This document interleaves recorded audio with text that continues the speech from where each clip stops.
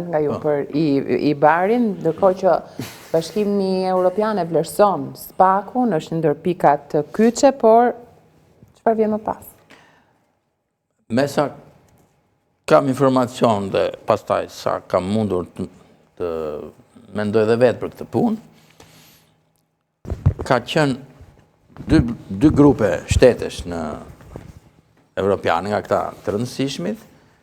ku një pjesë ishin mjaft entuziast për Shqipërinë, donin ta mbështesnin me njëherë. Këtu mund të fus Francën e Macronit edhe Italinë, dhe ka pas edhe shtete që kanë pasur rezervat e tyre për shkak të informacioneve të tyre nuk po zgjatën, siç ishte Gjermania dhe Hollanda. Dhe kur është diskutuar IBAR-i, pikërisht këtu ka qenë një lloj debati, apo jo, ku janë thënë këto vërejtje dhe këto e kam nga informacione, jo nga analiza ime, ku është thënë që po priti herë se s'mund ta kalojmë kështu, duhet sikur tak hajde me entuziazëm që Shqipëria ka bërë hapa, s'mund ta kalojmë kështu. Dhe pikërisht se s'mund ta kalonin kështu, se kanë qenë këto u bë kjo zgjatje dhe janë bërë këto ndryshime. Tani këtu kemi nga një anë që kalon, dhe kjo është pozitive për qeverinë, nga një anë që janë bërë këto ndryshime dhe kush do shef njërën anë, kush do shef anën tjetër. Qeveria do shofi atë që kaloi.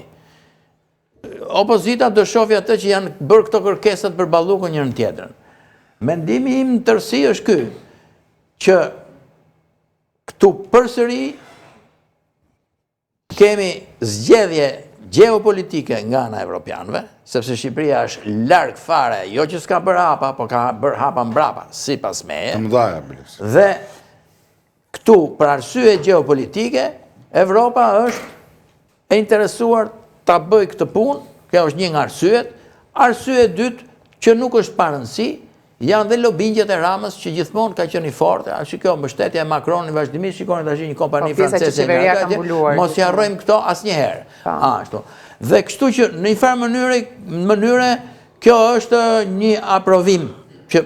qeveria mund ta shesi si hap përpara, pastaj domethënë ti kalon, po ki parasysh që duhet rregullosh çik këto notat këtu dhe këtu dhe këtu dhe këtu. Unë kështu e shikoj këtë dhe nuk më jep asnjë, dhe kur mendojmë për të ardhmen pastaj, do të kemi parasysh që gjithë kjo klasë politike që ka vendosur edhe këtë, është një klasë e dështuar në Europë, dhe fakti që ka dështuar është edhe shkaku që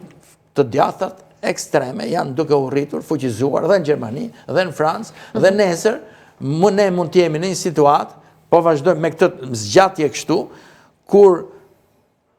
mund të vinë të djathtat në pushtet, të cilat absolutisht që e mendojnë se mund të futet Shqipëria në këtu, mund të nxjerrin jashtë ose mund të bëjmë të gjëra të tilla që do jenë një tjetër kontekst fare për ne.